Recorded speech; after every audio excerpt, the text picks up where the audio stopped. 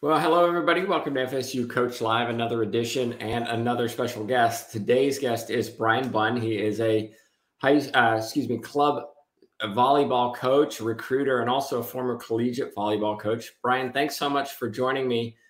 Just share a bit about how you got into volleyball coaching.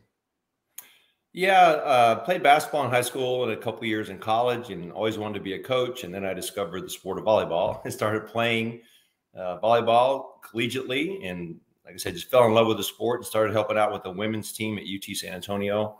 And that was 1986. So started coaching in 86 and just kind of kept moving around and finding good fits for me. So just really love the sport. Talk to me a little bit about your college coaching career and how that transitioned into what you do now. Yeah, I started out at Texas Lutheran, so NAIA school. Then I went to University of North Florida, D2 school in Jacksonville, and we went Division I while I was there. And then I was at Baylor for 3 years, an associate head coach, and then I was at NC State as the head coach for 6 years. After 30 years of coaching collegiately, I decided it was time to have a life and enjoy some weekends. And I got in the club scene in Raleigh, and then we moved here to Conroe, Texas. My wife is an associate dean at Sam Houston State. So I knew some of the people at TAB Houston. I coached a couple years, and now I'm just strictly the recruiting coordinator and consultant for the club. You mentioned having a life. Can you expand on that for me? Well, you have a life as a coach. It's just a little bit different. There was one spring at NC State where I was on the road 12 weekends out of 16, recruiting or playing. And same thing in the summers, 2 to 3 weeks of recruiting and camps. Then you have your season. So it's just, it is very time consuming, but you're so engrossed in what you're doing. You really immerse yourself. So you don't really realize what you're doing. And then I had a little bit of time off, and it was like, okay, I want to, maybe explore something a little bit different. Because, especially at that level, when I was at North Florida and Texas Lutheran, it was a little different in terms of what our budgets were and what our recruiting commitments were. At Baylor and NC State, you're Power 5. It's 24/7, 52 weeks a year. You never really take any time off, and it's because you want to, and because you're so invested in what you're doing. It's your life, and it has to be like that if you're going to be successful. Yeah, I'm curious the pressures that you experienced in an NAIA school versus a D1 school.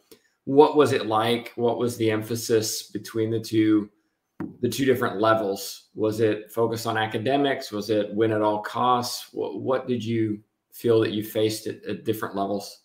Well, Texas Lutheran and in North Florida, it was more student oriented. They could be students as well as athletes, which I really like the D2 model. That was my favorite coaching, and NAI as well. It's pretty similar, but it was more about growth of the students, helping them become better people, better volleyball players. They could excel academically, and there wasn't the pressure to succeed. Now, as a coach, you put that pressure on yourself, and your players obviously want to win, and they're willing to do. Those kids I had at those levels, they were gritty, and they were willing to do the things they needed to do to be successful, which I really enjoyed. And you get to Baylor and NC State, again, great times, but it's just a different level of what the expectations are. I used to tease the kids. I would say, you're here for 2 reasons. Number 1 is school, and number 2 is volleyball. So it was you sacrificed some academics and some social things to be successful, and there was pressures. You were expected to be successful. Yeah, it's interesting because volleyball, if we're honest, is not at the top of the tree when it comes to funding, when it comes to coach salaries, when it comes to resources allocated, maybe even fans. Although we saw recently Nebraska had some record attendance at their event. What was it like from that perspective, where you're fighting for resources amongst all these other 15 plus teams? And we know that a lot of those resources are being funneled to maybe 1 or 2 bigger teams with more visibility. How do you navigate that, fight that, get your resources that you need? You have to have a good relationship with your administration, but you also understand that those are the 2 sports you're talking about, your revenue sports, basketball and football. That's what drives the rest of your athletic department, and that's just a fact at that level. At NAI and D2, it was more equal. We got equal opportunities to practice on your courts. it was all pretty balanced because there wasn't such an emphasis on those two programs have to win. But you get in the Power Five, and those two programs have to succeed if you're going to get the funding for the rest of the department. And it's kind of understood. So, you talk to your administrator about what you need. You look at what the rest of the conference is doing in terms of their investment in that sport. So for volleyball, for instance, when I was at NC State, we were like 6th or 7th funded in terms of recruiting. Everybody had 12 full scholarships, but in terms of your support staff, those things, we were right in the middle of the league. And that's just what happens. Last week, I asked our guests what the hardest part about being a head coach in a college environment was, and I got a list of things. Let me ask you the same thing. What was the hardest part about being a head coach or assistant coach in college? One of the hardest things about being a head coach is you have to make, the buck stops at your desk. You have to make all the final decisions. And sometimes they're not very popular with your players. Now, I was an assistant at Baylor. You have a completely different relationship with the players. It can be a lot more, I'm not going to say informal is not the right word, but you're not making the final decision. So they'll open up to you about a lot of things they wouldn't open up to the head coach. So it's a completely different relationship between the two. But, like I said, the head coach, a buck stops at your desk. So if you make a final call on a scholarship or whether a player is going to stay in the program or who's playing or any kind of if there's any kind of break team rules, what happens? The head coach is the one that ultimately has to decide all that. Mm-hmm. But you obviously didn't do it because it was hard. You did it because you loved it. So let me ask you the counter, which is what was the most favorite thing or the thing you enjoyed the most about being coach in college? Is the relationship you can develop with the players because you're around them a lot. You get to 20 hours a week, but you're around them a lot more and just get to see them develop as people. That was my favorite part. And some of the best memories are 2 or 3 years later when they come back and say, Coach, thank you. Mm-hmm. I didn't realize what you were doing. You pushed me. You made me the best version of myself. And a lot of times they don't see that when you're in the midst of it. You can't see the forest for the trees kind of thing. When you're pushing them and challenging them and letting them know you have high expectations because you feel they can reach it. And then when they come back and say, yeah, you were right. Thank you very much. That's what it's about. Hmm. So you transitioned out of college coaching and went into club. What was that like for you? It was different. You got them about 4 to 6 hours a week in terms of training. It's harder to develop the relationships with them. So it's a different kind of training. It's a different kind of relationship you have with the players. And, I still, even, my last team I coached at the club level was 2 years ago. And I still was not struggling, but working on how to build relationships with those players, especially they're, at club, there's 15 to 18 years old. So they're not quite as mature. So it's a different type of relationship. And I'm just taking some notes on what you're saying. You went from seeing athletes 20 hours a week to seeing athletes 4 to 6 hours a week. So how did you develop relationships with players? Do you have any strategies or methods that other coaches could use to maybe speed up that process or help facilitate that? You have some individual meetings at the beginning of the year. You spend about a half hour with each one of them or their parents, depending on their age, and try to get to know them. You talk to them after practice. I'm not a big texter, and I think that was one of my issues is developing that relationship because, they live with their phones in their hands, and that's just how it is now. And I wasn't texting all the time. And so again, that made it a little more difficult for me to make that connection. I don't TikTok, I don't Instagram.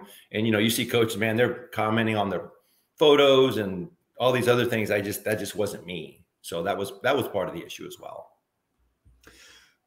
You now direct recruiting. And when I first saw your title, I got that kind of, I didn't realize club teams have recruiters like this.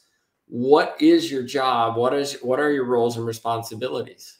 Well, in terms of a recruiting coordinator, I help them decide which schools to kind of look at, how to talk to coaches, things to put in their videos, how to get recruited, how for them to get recruited, not me going out and recruiting players. Although although club coaches do that. I mean, that's part of the club gig, is that you have to go out and watch.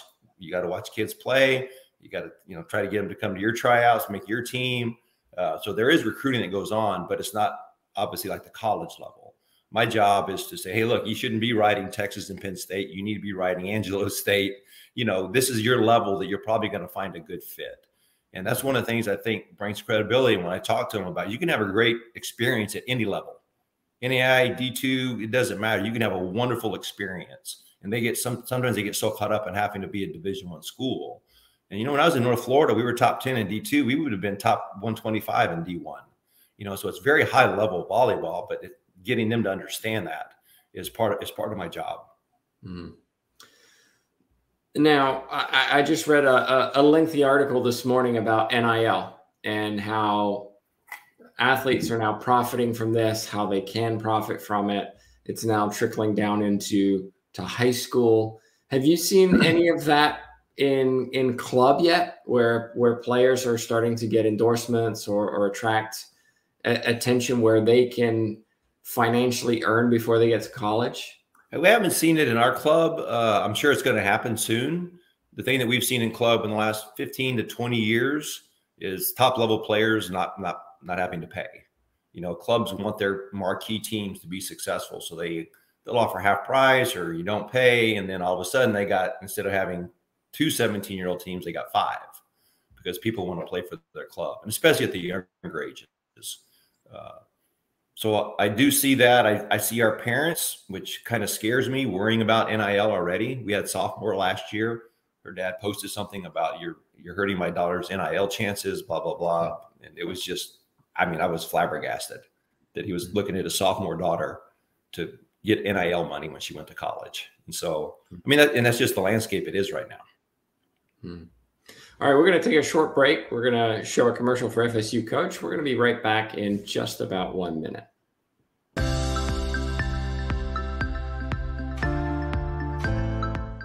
The mission of FSU Coach is to prepare and equip the next generation of coaches and sports professionals with best practices and current research to enable them to pursue excellence. We have 2 academic programs, the online graduate certificate, which is 4 classes, and also a 10-class master's in athletic coaching. Our graduate certificate and master's program can be started at any time, either the summer, fall, or spring.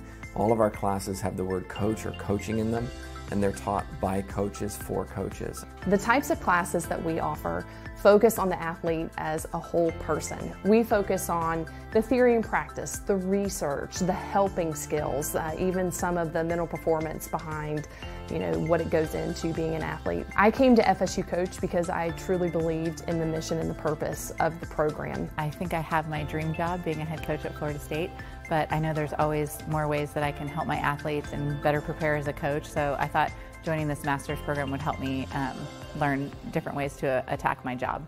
If you're interested in going into coaching or joining the FSU Coach program, I would just say don't even think about it and do it.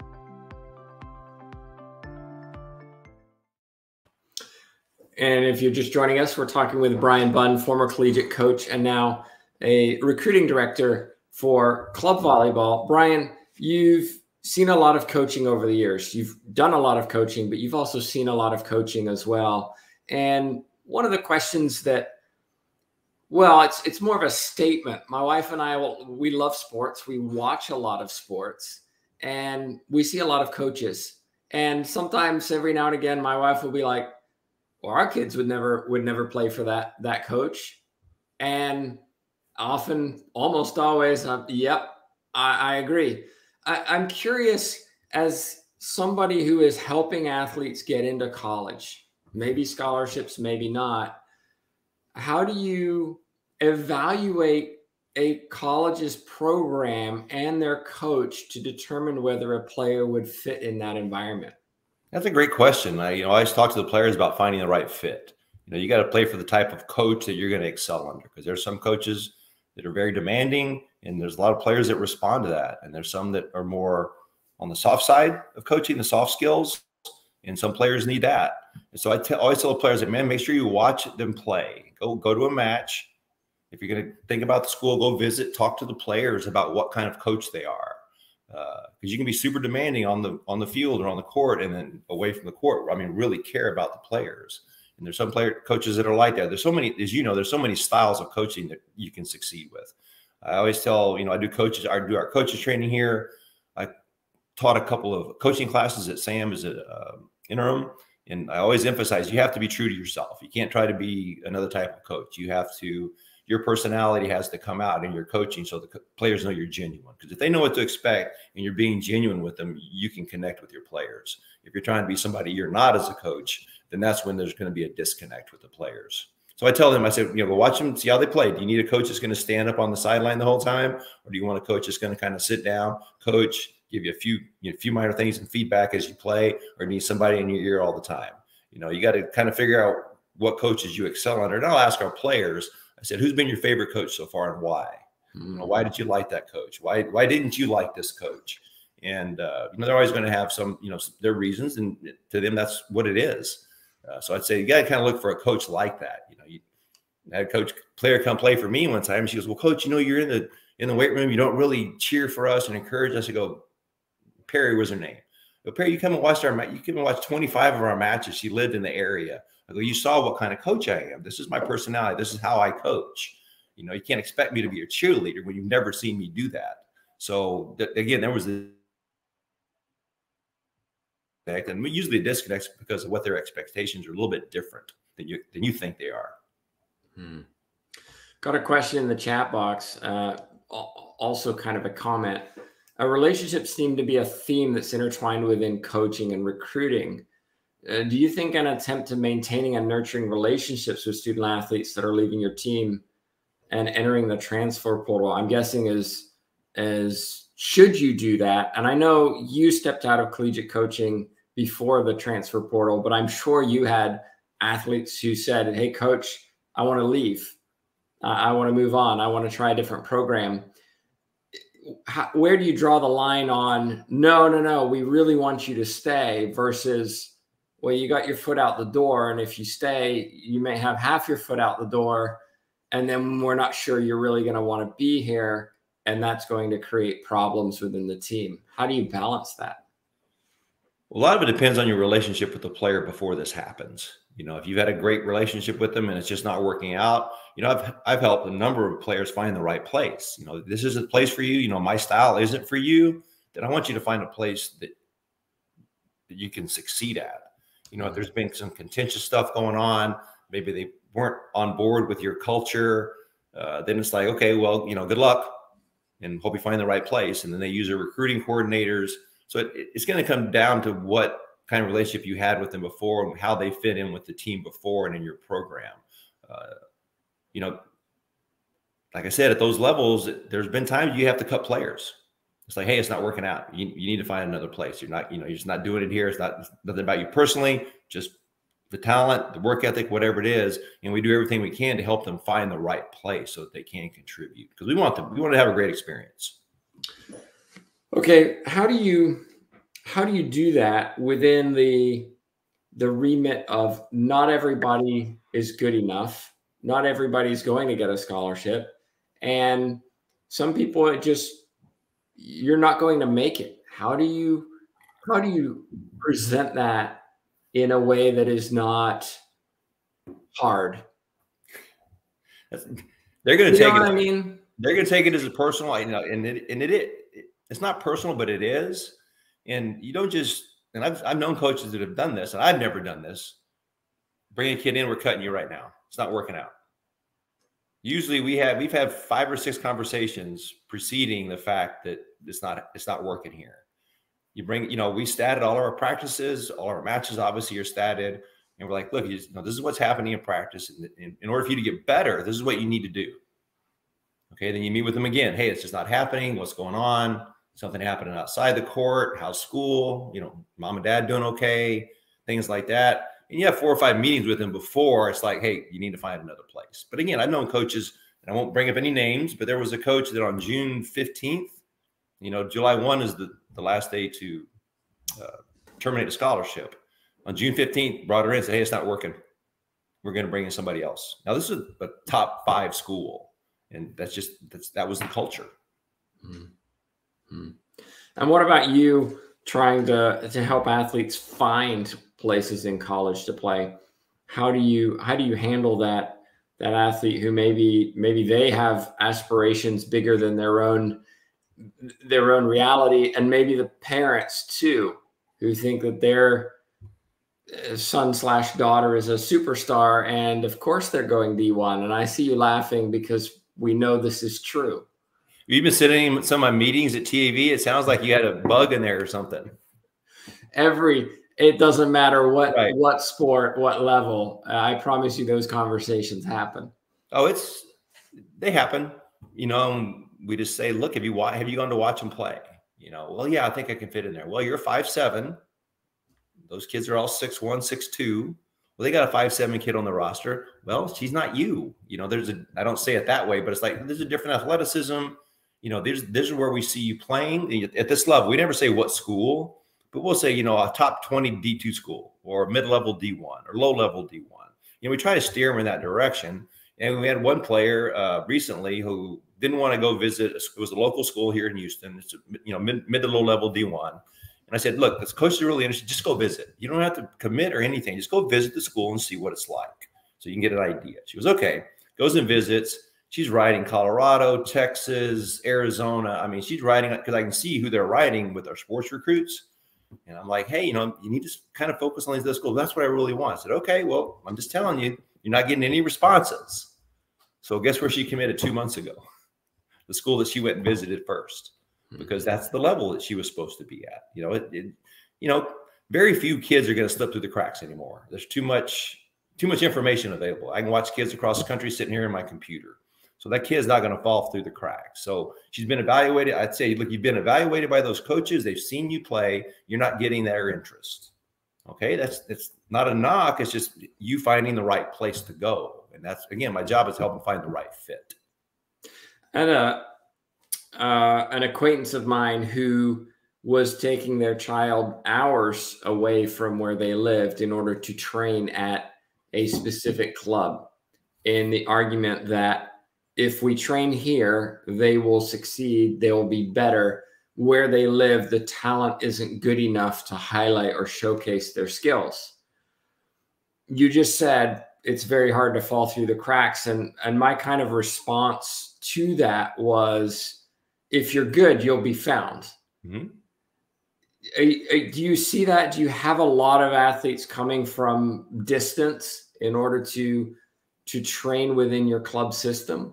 Yeah, we got some kids an hour and a half, an hour and a half to 2 hours. And how often do they train? Twice a week. Wow. Yeah, I mean, it's a huge commitment by the parents because they got to leave. We got a 5:30 practice or a 6 o'clock practice. They got to leave at 4. And then we're done at 8. They got to get home. I got homework and stuff like that. And that doesn't include the travel for 3-day tournaments on the weekends. So we do see that. And again, I don't think kids have changed. You probably know this too. It's parents that have changed, that change, because kids are a product of their environment. So parents are, well, this team isn't good enough for you, so we're going to take you to another team so you can be better. And I get wanting to have the best training. But like I said, if I'm a 6-foot athlete, say in volleyball, I'm a 6-foot athlete, I'm touching 9'9", 9'10", I take a video and send it to coaches. They're going to see me play. And if I'm playing club, at some point they're going to come see me play. If they like my video, they're going to come watch me play. Whether I play for Timbuktu or I play for the top team in Dallas, like Dallas Skyline or Houston Juniors. Those kids, those are all Power 5 kids. So you don't have to play for those teams to get recruited. Well, I'm just going to mention I have been to Timbuktu, believe it or not, and they don't have a volleyball team. So now's your opportunity, Bryan. It's a little hot and dry there, but certainly a lot of beach opportunities to play. A lot of opportunities to play beach. I'll tell you that. Well, just in concluding, then, thinking about your coaching experiences as a whole, what advice do you have for coaches maybe young in their careers, maybe looking to progress and just improve themselves? Go to as many seminars as you can, read as many books as you can to just get an idea of what you want to do, because it's going to be an amalgam of a bunch of different things. It's not just going to be reading one book and saying, oh, this is what I want to do. You're going to find a bunch of different philosophies, and you got to kind of meld them into your own. And realizing, teaching that coaching class at Sam Houston last year really opened my eyes to the students didn't realize what coaching was, what it involves. They think they showed up to practice, taught somebody how to play a game, and then went home. Yeah. And like, look, guys, it's 24/7, man. You don't just, it's 6 o'clock when practice is over. You don't just leave and don't think about it anymore. I mean, I wake up 2 and 3 in the morning thinking about, why aren't we signing out in row 3? What can I do to get this kid to work harder in practice? If you're really going to be successful, you have to invest yourself. And man, and I wouldn't trade a minute of coaching in those 30 years of coaching collegiately. It was fantastic. The highs and the lows and everything were great. But you got to realize what you're getting into. It's not just an assistant coach in North Florida. She never coached before. She had played at a very high level. Comes in, we have our 2-a-day. She's there. First day of school, we practice at 2 o'clock. She shows up at 1:30. I say, hey, what's up? Oh, nothing. Get her earlier. We got things to do during the day. Next day, she shows up at noon. I go, no, you need to be here at 9:30. I go, this is, we got to do travel. We got to plan. There's a lot of things that go along with coaching besides just showing up. And had a great conversation with one of our directors the other day, because he'd always thought about getting to college coaching. He goes, I think, with the X's and O's, blah, blah, blah. I go, yeah, but that's not it. That's 20% of what you do. You got the recruiting, you got the administration, you got the school, you got a lot of things you got to be good at, not just coaching. If you're going to coach it, collegiately or even in high school, there's other things you have to do besides just teaching them how to play the game.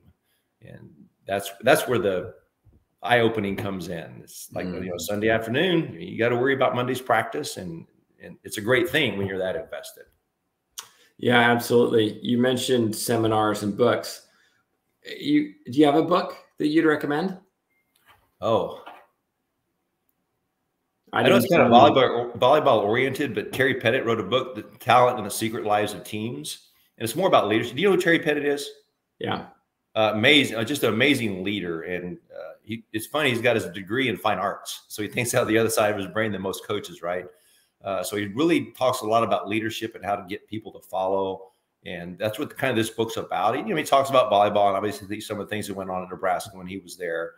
But it's more about getting people to come together and stuff that goes on the teams that you don't know about. I mean, there's just so much stuff that happens that coaches don't know. And that was part of the title, Secret Lives of Teams. But I always recommend that book. But it would go over with any sport. It doesn't have to just be volleyball. That's one of my favorites. Well, last question then. If somebody wants to reach out to you, maybe watching this on the podcast or on our YouTube channel later, what's a good way for them to reach out? You can email me. There's my email right there. You can email me there. I'll be more than happy to answer questions. If you want to chat about something, we can set up a phone call or a Zoom or whatever. But just coaching has changed so much over the last 20 years. It's way different than it used to be. It's still good, but you have to. Terry Pettit said a great thing about Russ Rose, who was a legendary coach at Penn State. He goes, he evolved. He changed how he coached and things that he did over a 40-year period. And he goes, you evolve or die. And it's true in coaching. You have to evolve with what's going on in current culture in order to be a good coach. And that's why some coaches get out. There's a lot of coaches, basketball coaches, that are retiring now because of NIL. Villanova coach, who I had a great respect for, a lot of them are saying, this is not what I signed up for. This is not what I want to do. But that's the landscape of college now. So you have to be able to manage those things collegiately. And as you know, things that happen in the pros trickle down to college. Things that happen in college trickles down to high school. So it just, we're headed that direction. Yeah. Yeah. Well, for those listening to the podcast, email address is bsbunn, bunnvb@gmail.com. Well, Bryan, thanks for joining me. I really appreciate your contributions to our channel, and hope everybody does reach out if they have questions for you. Just a reminder, we try to do these every week or every couple of weeks with a guest. So be sure to subscribe wherever you're watching or listening from. But on behalf of myself, Tim Baghurst, and Bryan Bunn, thank you so much for watching. Thanks for your time.